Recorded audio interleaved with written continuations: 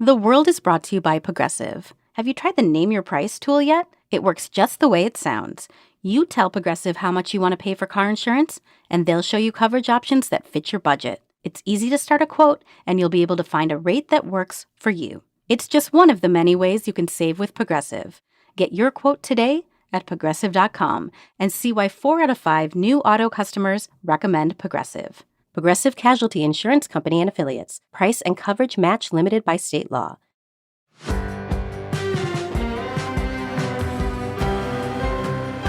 In the past few months, it became very clear corruption plagued the American effort in Afghanistan for years. One federal agency had been sounding the alarm. When you go to sleep with dogs, you wake up with fleas, and we made our bed with some very evil, corrupt, powerful individuals in Afghanistan. Also today, Australia finally relaxes some of the world's tightest COVID travel restrictions. For us, it's just going to make a huge, huge difference in terms of freedom and not this level of stress that we're constantly dealing with. And after a massive earthquake and tsunami hit Japan 10 years ago, a small group of people found a way to cope.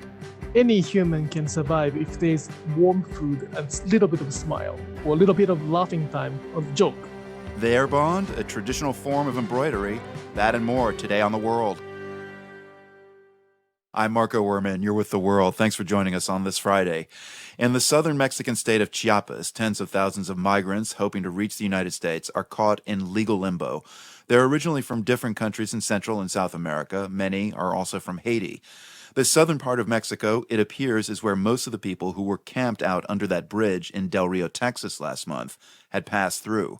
The World's Latin America correspondent Jorge Valencia is in Tapachula and is with me on the line. So, Jorge, tell me, what's the size of the migrant population right now where you are, and what is their legal situation in Mexico? Well, Marco, it's of course impossible to give an exact figure of how many people are migrating through the city because it's populations that by definition are in transit.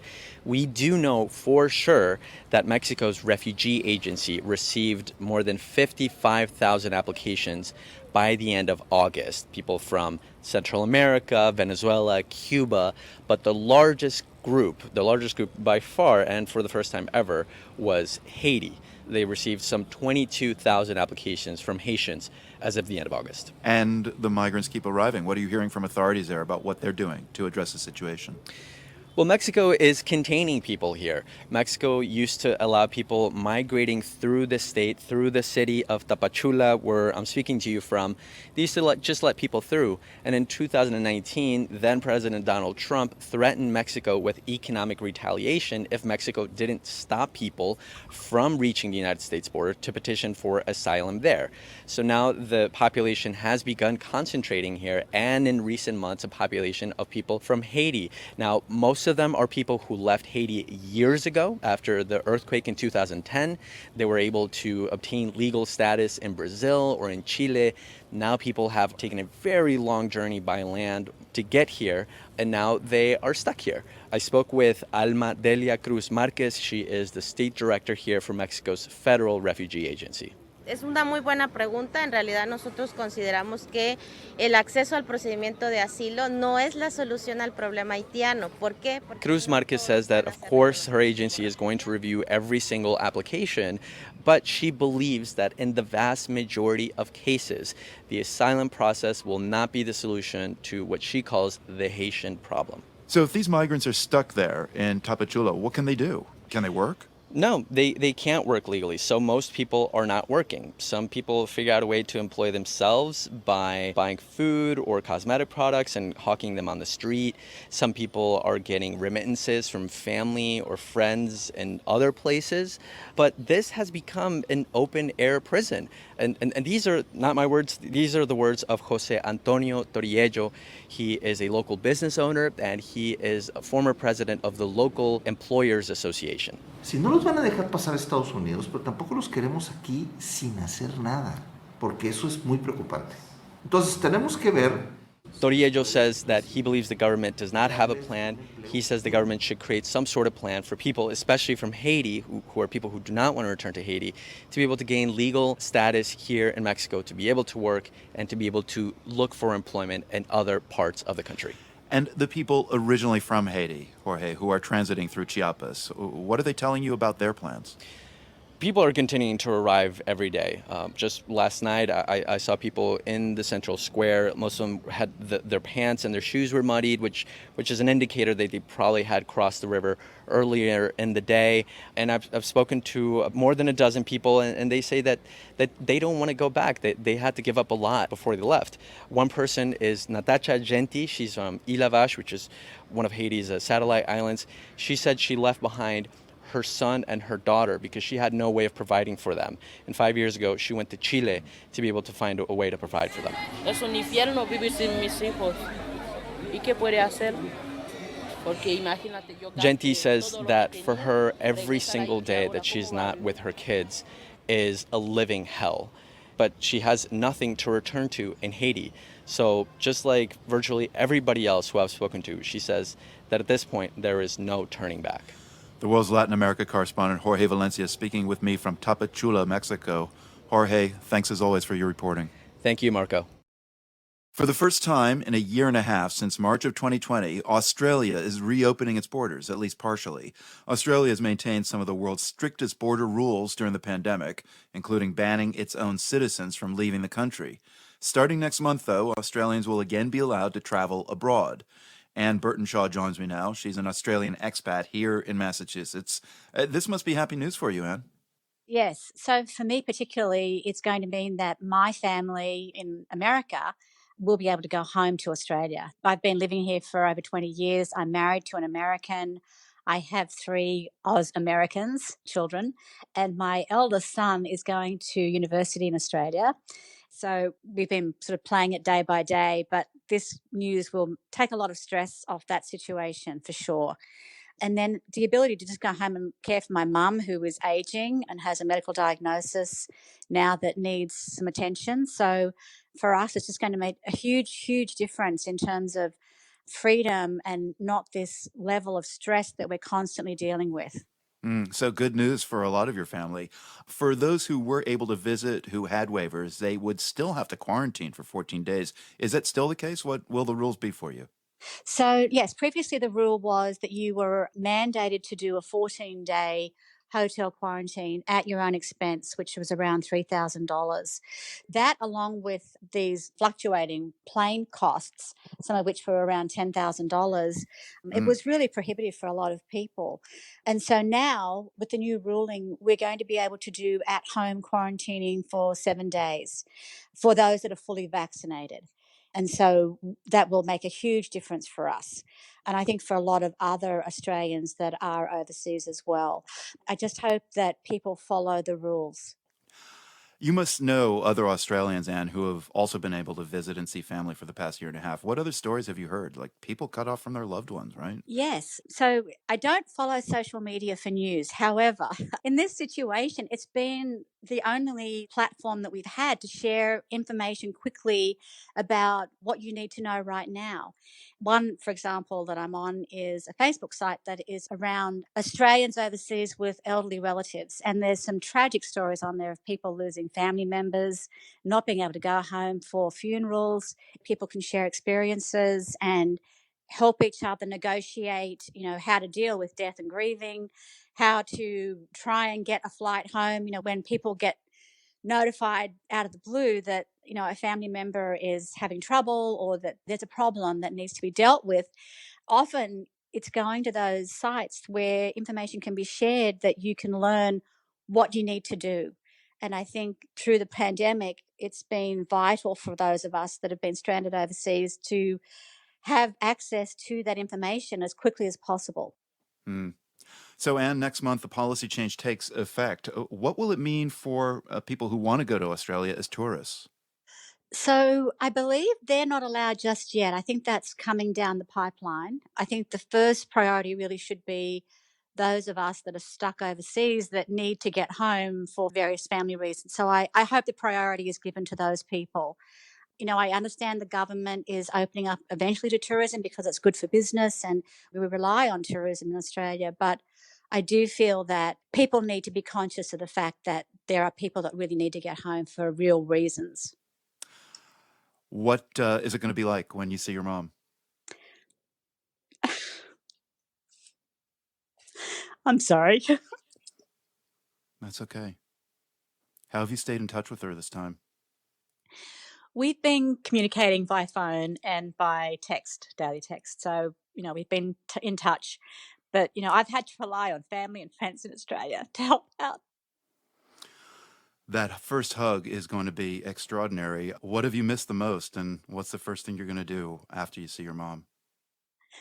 I think catching up with friends and family, that's going to be the big thing. I think for a lot of people, that's going to be such a huge relief to be able to do that. There's going to be lots of hugs, that's for sure.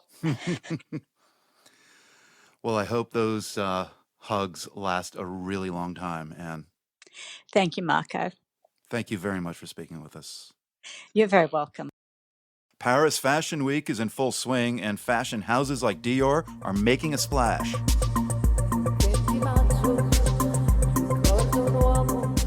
On the Dior runway, models strutted around a giant roulette wheel to a live performance by an electric pop duo from Italy. You can't blame the labels for going all in. Last year was a bust. Some even questioned if fashion shows should become a thing of the past. The World's Sarah Birnbaum looked into what happened to those conversations. COVID-19 took a big bite out of the fashion industry. Runway shows were canceled left and right. Long Nguyen, who's a fashion critic for The Impression, says fashion was in a crisis. Every brand across the board, luxury and non-luxury, were freaking out because the fashion show was the only format that they knew. Before COVID, brands were delivering 4 or more collections a year. So spring, summer, and autumn, winter.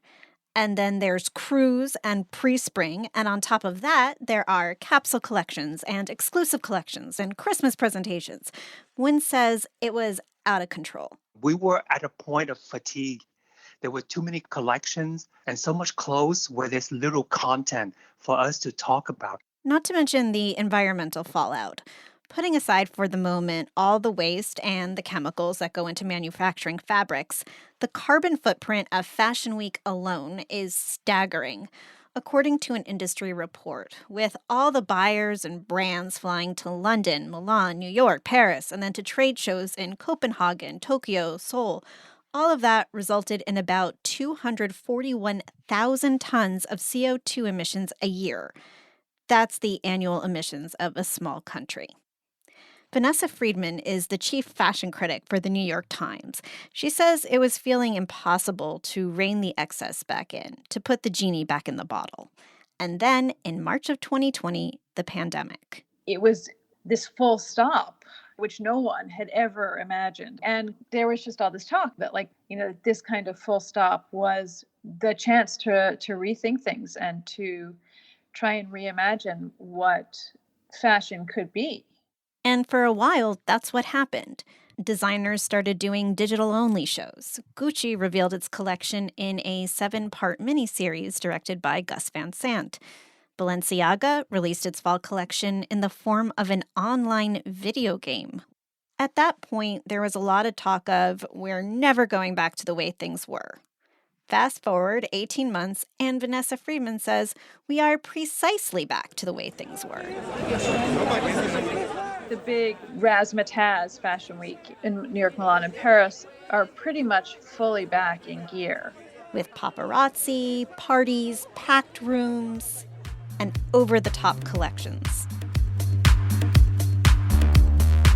Friedman says the pandemic wasn't enough to disrupt the multi-billion-dollar fashion industry. The first brands to really emerge with profits post-pandemic were Dior, Vuitton, Chanel, Hermes, big luxury brands. When that's happening, there's very little momentum to get you to change. Long Nguyen says at first it looked like the pandemic was a Category 5 storm headed straight for the fashion industry. But it never really hit it. It sort of veered off a little bit. Nguyen says that reprieve made it possible for everything to go back to the way it was. For Fashion Week to survive another storm. For The World, I'm Sarah Birnbaum. We'll be right back. You're listening to The World. I'm Marco Werman. You're with The World. The U.S. invested some $2 trillion in Afghanistan. A dirty little secret that is not so secret anymore. Corruption and mismanagement plagued the effort there really from the start. One U.S. government agency charged with overseeing money used to rebuild Afghanistan is called SIGAR. That's the Special Inspector General for Afghanistan Reconstruction. John Sopko has led SIGAR since 2012 and joins us now from Washington. Inspector General, your job is to sound the alarm when funds are being misused. Tell us in brief what your agency actually does. We're one of the independent inspectors general created by Congress, and we have audit and criminal investigative authority. And our job, as you rightfully noted, was to ferret out waste, fraud, abuse in the money spent in Afghanistan, as well as to give advice to Congress on and the administration on the problems we found and how to fix them. So, knowing what you knew over the years in Afghanistan, tell me about your reaction when you saw the Taliban take over the country in August. I have to be honest, although we had predicted problems and major problems for the 10 years I've been there with the Afghan military and the government, I think we were surprised, just like everybody else, at the speed to which the government and the military collapsed. And not only surprise, but also shock and sadness, because we knew what it meant for a lot of Afghans we had worked with over those years. In the report, SIGAR talks extensively about corruption. Can you highlight what was going on, and could the U.S. have done more to prevent it? I think the U.S., and we highlighted, the U.S. could have done a lot more. And actually, the U.S. contributed a lot to the corruption in Afghanistan because we spent too much money too fast in too small a country with too little oversight. So the corruption was really endemic. And we're not talking about corruption like you may see in the United States or Europe or elsewhere. We're talking about corruption that's actually baked into the system there. Money was being stolen from us and from all the other allies who contributed for years, from the top all the way down to the bottom. So, what was the attitude of the Afghan government to this kind of thing that would, inevitably lead to dysfunction? The Afghan government did not take an active response to our criticism on corruption. And I think in part because the corruption was just so endemic. They were very good at checking the box. They would create an organization, hold a conference, rename something. We were really upset and repeatedly talked about this in our reports with not only the Ghani government, but the Karzai government before that. Now, this doesn't mean there weren't some honest cops, Afghan cops and prosecutors and parliamentarians and judges who tried to do something. But overall, it was a pretty pathetic response to fight corruption in that country. And what impact did that have on the government's ability to repel the Taliban ultimately? Well, ultimately, it contributed to the Taliban's success, because what happened is the Afghan people saw how corrupt and incompetent their government was, and they saw it wasn't improving. So they lost respect for the government and support for the government. They also saw that our government was giving that money to those corrupt officials and those corrupt contractors and those corrupt warlords. So we lost support. I imagine John Sopko calling this stuff out over the past decade has not made you the most popular man in Washington. How have administration officials and members of Congress responded to your reports?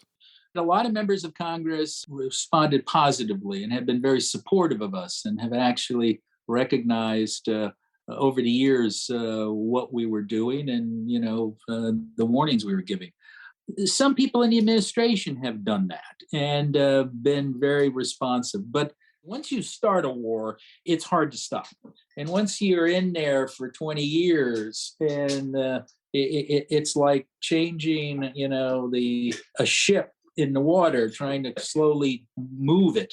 We had some successes, but obviously a lot of things were not taken to heart by some of the administration people. And there was a groundswell of opposition to some of the ideas we came up with. When we first highlighted the problem of ghost soldiers and ghost police, there were a lot of nameless, faceless bureaucrats who whispered to congressmen and senators and staffers that, SIGAR was exaggerating. Well, turned out we weren't.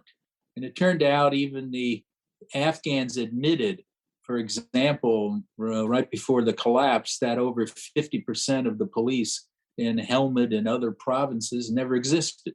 So the first U.S. mission in Afghanistan was to get rid of al-Qaeda. Then came the nation building. Then came the surge. Then a strong desire to leave. But nothing happened until this year. How much do you think that constant pivoting led to a lack of mission focus and more corruption?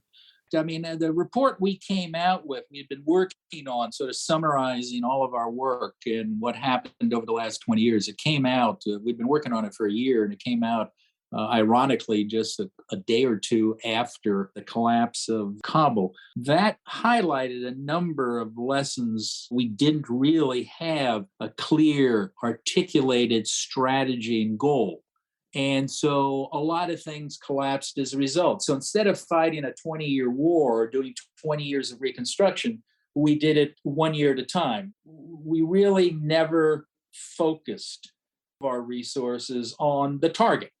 That also contributed, although I think it's an equal problem, was just a lack of understanding of the political and cultural context of Afghanistan. I mean, we basically empowered the warlords who the Taliban had successfully beaten with the support of the people. Well, we came in, and again, not understanding the context, not understanding the corrupting influence, not understanding how the Afghans hated these people, we empowered them.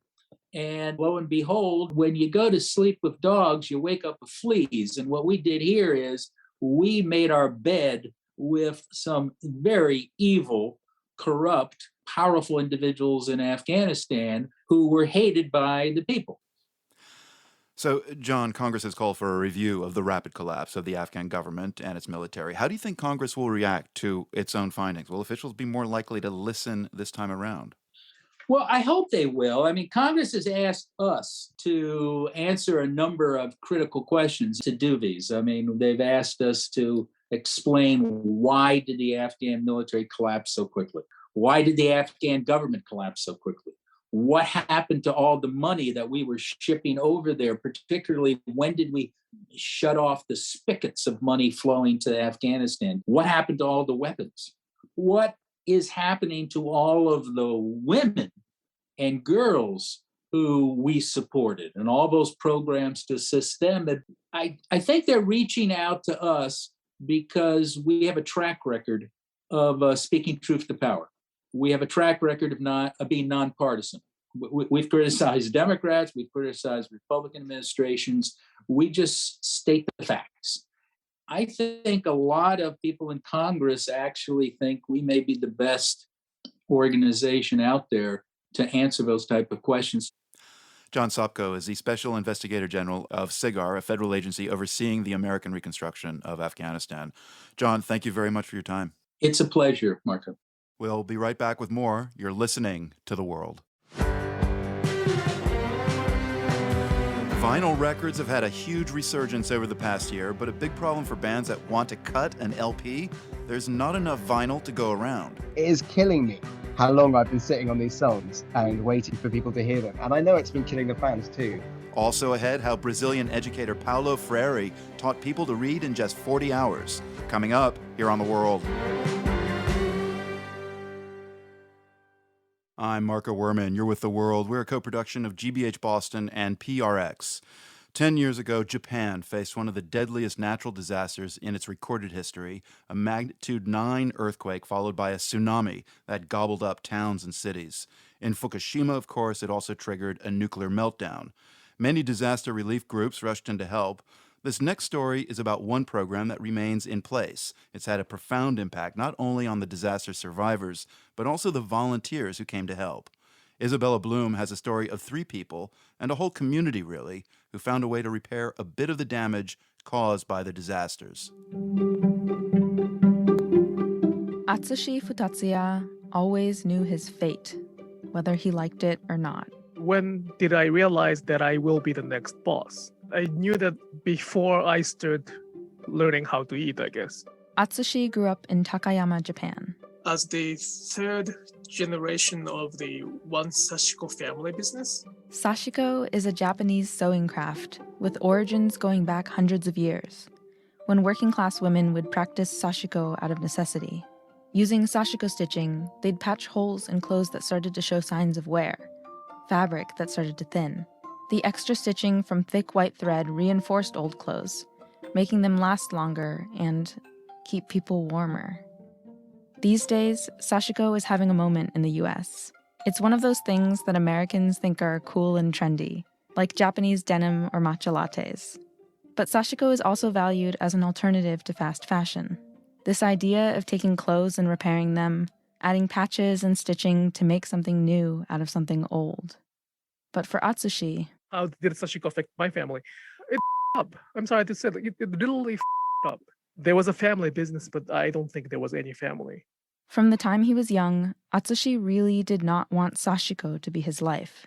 He didn't think Japanese people valued sashiko as a craft, and he didn't want to commit his life to something nobody cared about. Because people think sashiko is meaningless, I thought my life was meaningless. The more I grew up, the more I get my identity, I stood refusing my fate. Atsushi tried to tell his family, but nobody took him seriously. In 2008, when he was right out of college, Atsushi's father pleaded with him to help the company. The business was failing. Then I promised with my family that I will do my best for a few years, 2 or 3 years, to flip the company. He had a clear plan to get in, get out, but... Then, in 2011... A lot of things changed. All across northern Japan, they felt it. A violent, magnitude 9.0 earthquake on March 11, 2011. An earthquake so strong it literally shifted the Earth's axis by about 25 centimeters. The small rural town of Otsuchi was among the many towns that were completely ravaged by the Great East Japan earthquake and tsunami. Kishi Hitotsukabuto lived on the outskirts of Otsuchi, near the mountains, so she never dreamed a tsunami could possibly reach her home. I was sitting in my home sewing, and there was this huge earthquake, she remembers. So I went outside, and all the cars were shaking. The telephone poles were shaking. While I was thinking, wow, this is incredible, I heard a warning. A tsunami is coming. I thought of running away, but the tsunami was already racing toward us. I grabbed my dog and ran upstairs. The tsunami came quietly. It was completely silent, but it was so fast, she says. The tsunami wave came twice. It swept over the town and then receded, building up momentum again before rushing right back over the town.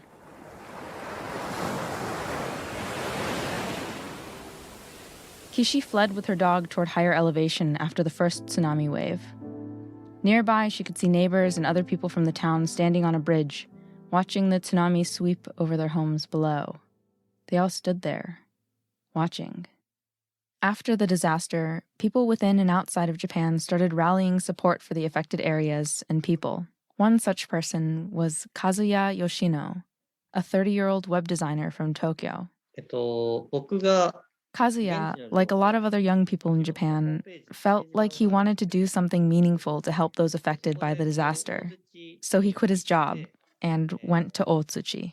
There, Kazuya noticed that each day, the older women of the town would sit in evacuation shelters with nothing to do but think of everything they'd lost.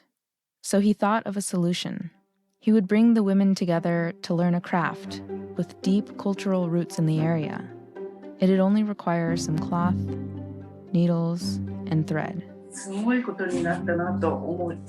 At the evacuation shelter with the older women of Otsuchi, Kazuya put together the Sashiko Recovery Project.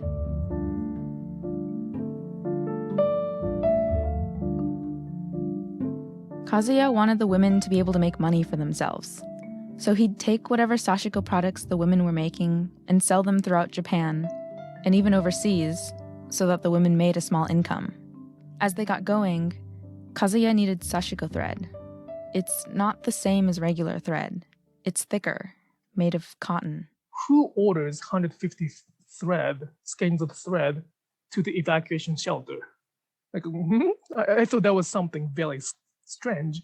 Remember Atsushi? who was trying to help his family flip the company, he got this order. So that's the first time I realized there was a project which could help people with using sashiko.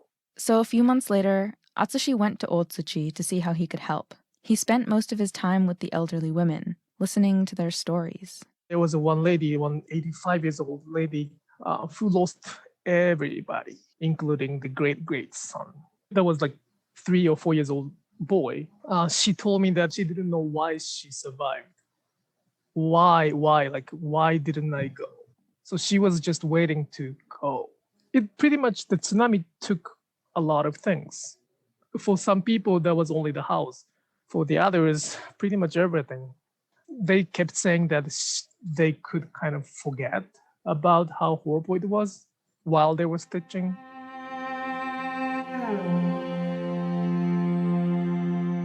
In January of 2012, in an area of Japan well known for its brutal winters, the only place Atsushi could rent was a shed, where he stayed bundled in a sleeping bag and a ski mask.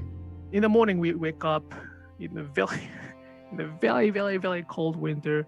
We eat the frozen apple as the breakfast, and they were all tired and depressed, the staffs. I have a theory, I have like a principle that any human can survive if there's warm food and a little bit of a smile, or a little bit of laugh, or joke, or comedy. So the warm food and a bit of laughing time can survive through the most difficult time. And that's how people felt at the Sashiko meetings, held in a community center on top of the mountain where people had fled to when the tsunami came. I strongly remember the cold weather from the ocean and cold weather from the mountain, yet in that room was very, very warm. Like, of course, temperature-wise, but probably more than that. People were chatting, laughing, smiling. They were all laughing and stitching together. In this room, Atsushi and the other volunteers sat at tables, doling out sashiko materials to women, chatting and receiving any products they'd finished and paying them for it. Kishi, the woman who fled the tsunami with her dog, began coming to the center to get supplies for sashiko. She says, everyone's doing sashiko happily when they come here. The tsunami survivors have fun and look forward to coming.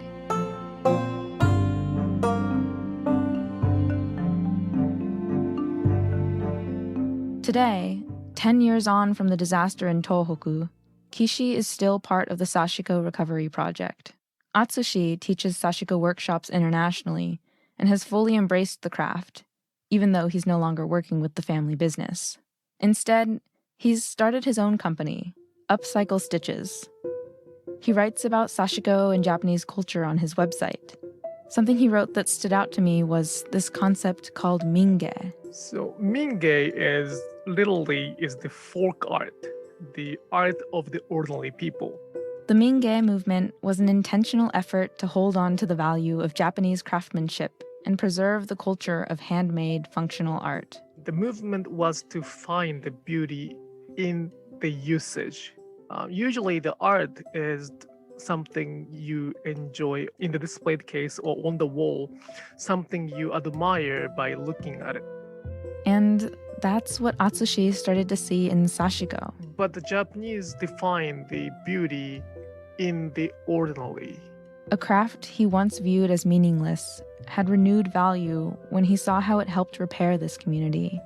And that was the beauty. The fact that somebody in Japan or somebody outside of Japan are willing to pay for what they make, they probably thought that they were a part of the society, although they lost everything.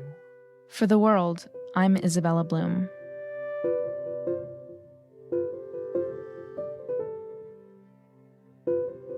We have extensive reporting on the earthquake and tsunami 10 years ago in Japan. Find that online on our website, wearetheworld.org.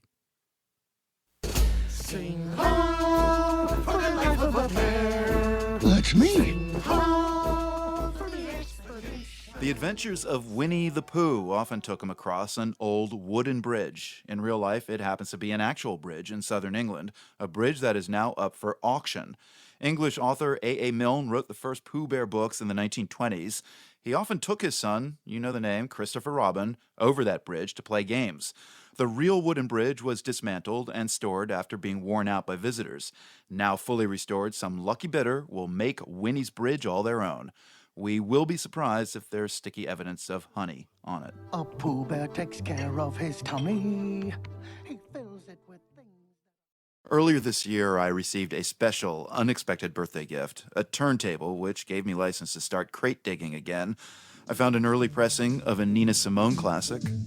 My baby don't care for shows. My baby don't care for clothes. I tracked down an old Jorge Ben vinyl in Brazil.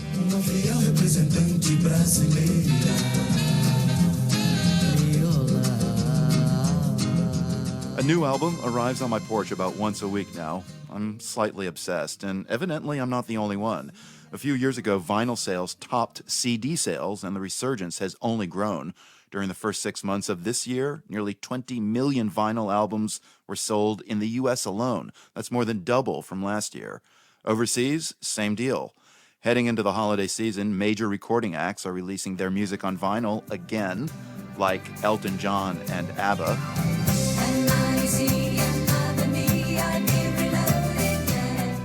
There's even going to be a reissue of Prince's Purple Rain on purple vinyl, of course.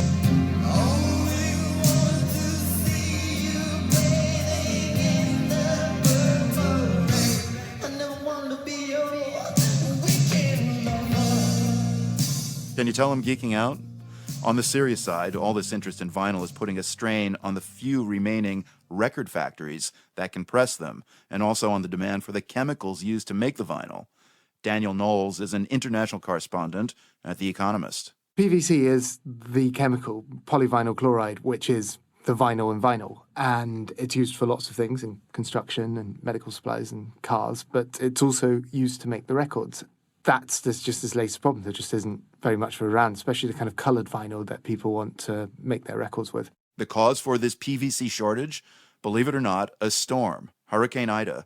It hit the petroleum industry hard. Most offshore oil and gas production in the Gulf was knocked out for more than a week when rigs and onshore support facilities were damaged in the hurricane. This is about basic economics, high demand, limited supply. Some of the bigger-named acts will get the lion's share of vinyl pressings, which is putting smaller, less mainstream bands waiting their turn. Here's Daniel Knowles again. I spoke to a heavy metal band from London called Green Lung.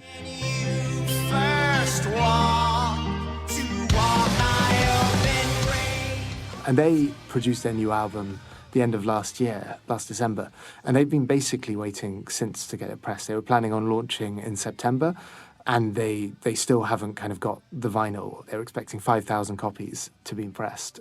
So I spoke to their lead singer, Tom Templar, who says, it's actually really important to their kind of business model. We're a heavy metal band. So basically, we're one of those genres where people still see vinyl as the sort of god format. And I'm going to tell you now, it is killing me how long I've been sitting on these songs and waiting for people to hear them. And I know it's been killing the fans too. So another person I spoke to was Dirk van der Heuvel of Groove Records, which is a big distributor of dance records in Chicago. And he basically said part of the problem is that all the major labels are kind of now using up what capacity there is in the industry. So you have Taylor Swift's new record, Evermore, which massively sold, and reprints of Fleetwood Mac's Rumours. And he kind of thinks that they're basically hogging the presses. But hang on, this is the year 2021. Aren't streaming services still the big ticket? The Economist Daniel Knowles again. Streaming does generate money, but it does so over a long timeline. Vinyl generates money now. So if you take that away, it makes it very difficult for bands just to kind of keep going. Without selling vinyl, there's no way we would have been able to go on and put the money up front to go and do a big European tour or fly over to the States.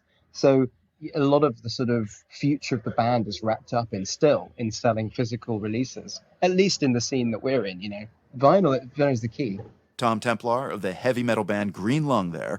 According to Daniel Knowles, with all of this, there's good news, bad news for the band. They've got a date now. Their album comes out on October 22nd. The trouble is, you won't be able to get hold of it because it's already completely sold out. So you'll just have to hope that they can get a second pressing, and maybe it will be a bit faster than the first one. Daniel Knowles of The Economist, talking about the supply and demand for vinyl LPs. Thanks to our partners at the Intelligence Podcast from The Economist for sharing that with us.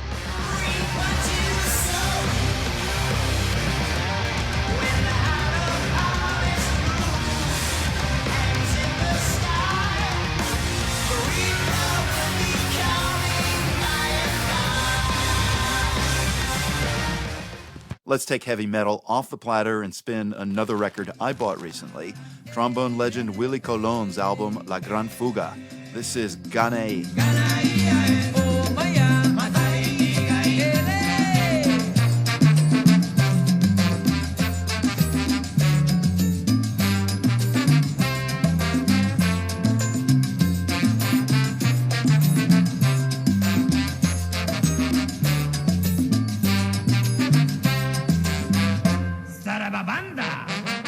What about you? Picked up any good vinyl recently?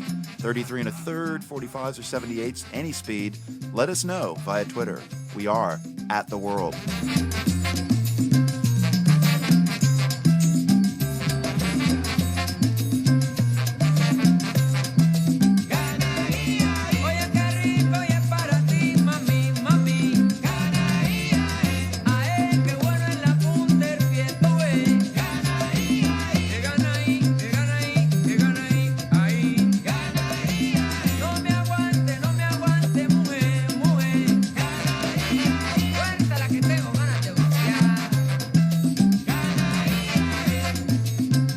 Willie Colon and Ganae.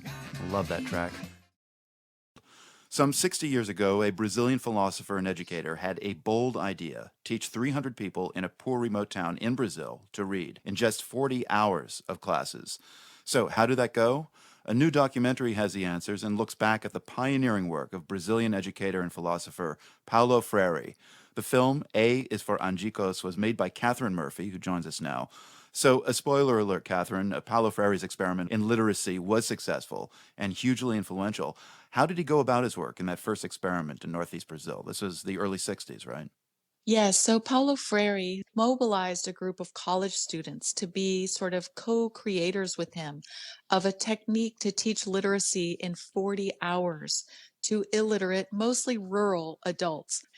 And they went about designing a vocabulary system together with the people they would teach and choosing what they called generative words, which were words in common usage in that region, and held night classes to use these words to spark deeper discussion about the state of their lives and the world. So there was a college near Angicos where the literacy teachers were drawn from? Paulo Freire was teaching at the time at the University of Recife and mobilized about 30 students from the University of Recife in northeastern Brazil in a variety of disciplines to work together with him in the creation of what they called cultural circles. And the young teachers were called coordinators. So it's interesting how they avoided the terms teacher, professor, or literacy classes, and were really using this core issue of teaching people the skills of reading and writing to also mobilize them to exercise their vote, which was prohibited for illiterate people at the time, and to be engaged in improving the world around them in a multitude of ways. How different was that approach from previous approaches to literacy in Brazil? Well, they emphatically rejected earlier adult literacy materials that used children's books, a children's vocabulary.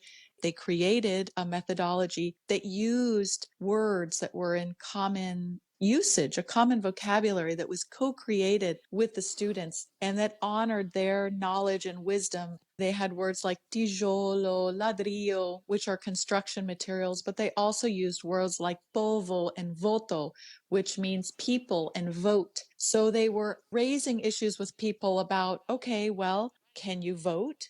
Do you have an identification card? Why not? Where do you work? Who else works there? Who owns the land?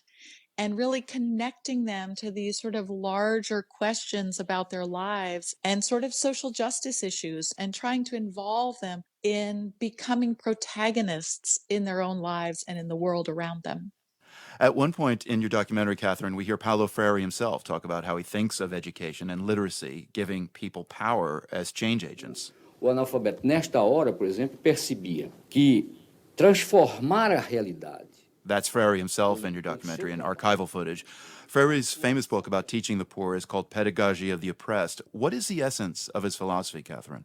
Freire talks about education as a tool for transformation. He rejects what he calls the banking system of education, which is that you're basically just depositing information in a person. He promotes what he calls learning to read the word and the world, and to create what he also calls critical consciousness, and to bring people into being change agents and agents for positive transformation in the world around them. In 1964, a year after the literacy experiment in Angicos, the military came to power in Brazil, and it came down hard on Paulo Freire and his methods. What happened? The experience in Angicos was in full course that had the potential to become a national program when the coup d'etat happened.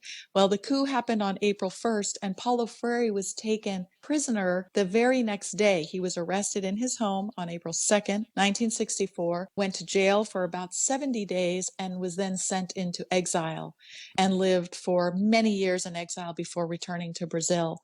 He became a global figure, of course, in terms of empowerment education, and published many, many books, including his most famous work, Pedagogy of the Oppressed. But the fact that he was on that early list of the first people that they arrested is not a coincidence. At one of the previous graduations of the newly literate adults, there were some military figures present that were involved in the coup that would then happen. And seeing this, upsetting of the traditional, then sort of largely feudal system in Brazil, in which landless peasants were learning how to read and write, registering to vote, and taking an active role in changing the world around them. Well, that was exactly what the coup was trying to prevent. And the people in Angicos were also persecuted by the military government. What happened to them? Well, it's very sad when people have gone back to interview the former students. They all heard, Freire has been arrested, the project is stopped. If you have any materials, hide them, bury them, burn them. So none of the former students have any of their workbooks, papers, materials. A small amount of things do survive, and an amazing documentary, black and white film that we use in our film, created by a man named Luis Lobo, who's still alive. He's in his 90s. He was a close advisor to us and gave us access to this incredible film. He took the 16 millimeter film reel and went outside of the city to a friend in the countryside and buried it in a trunk in their backyard. And it miraculously survived. Catherine Murphy's film is called A is for Angicos, a documentary about the pioneering literacy work of Brazilian educator and philosopher Paulo Freire. 2021 is a centenary of his birth. Catherine, thank you very much for being with us. Thank you so much for having me. Even if you are a flamenco aficionado, it could be hard to name this classic number.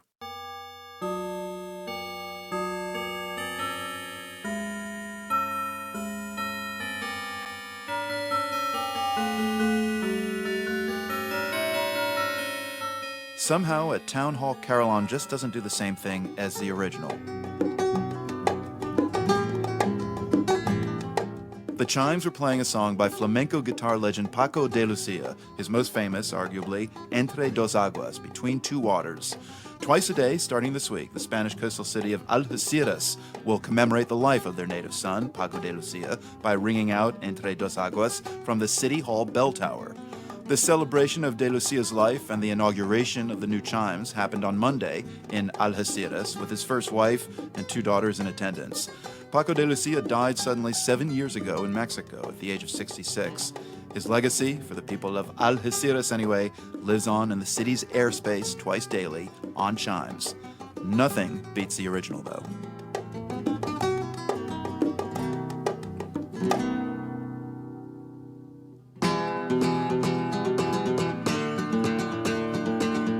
Comes to you from the Nan and Bill Harris studio at GBH in Boston. You can find us online anytime at theworld.org. I'm Marco Werman. Be safe, stay strong. We'll be back with you right here on Monday.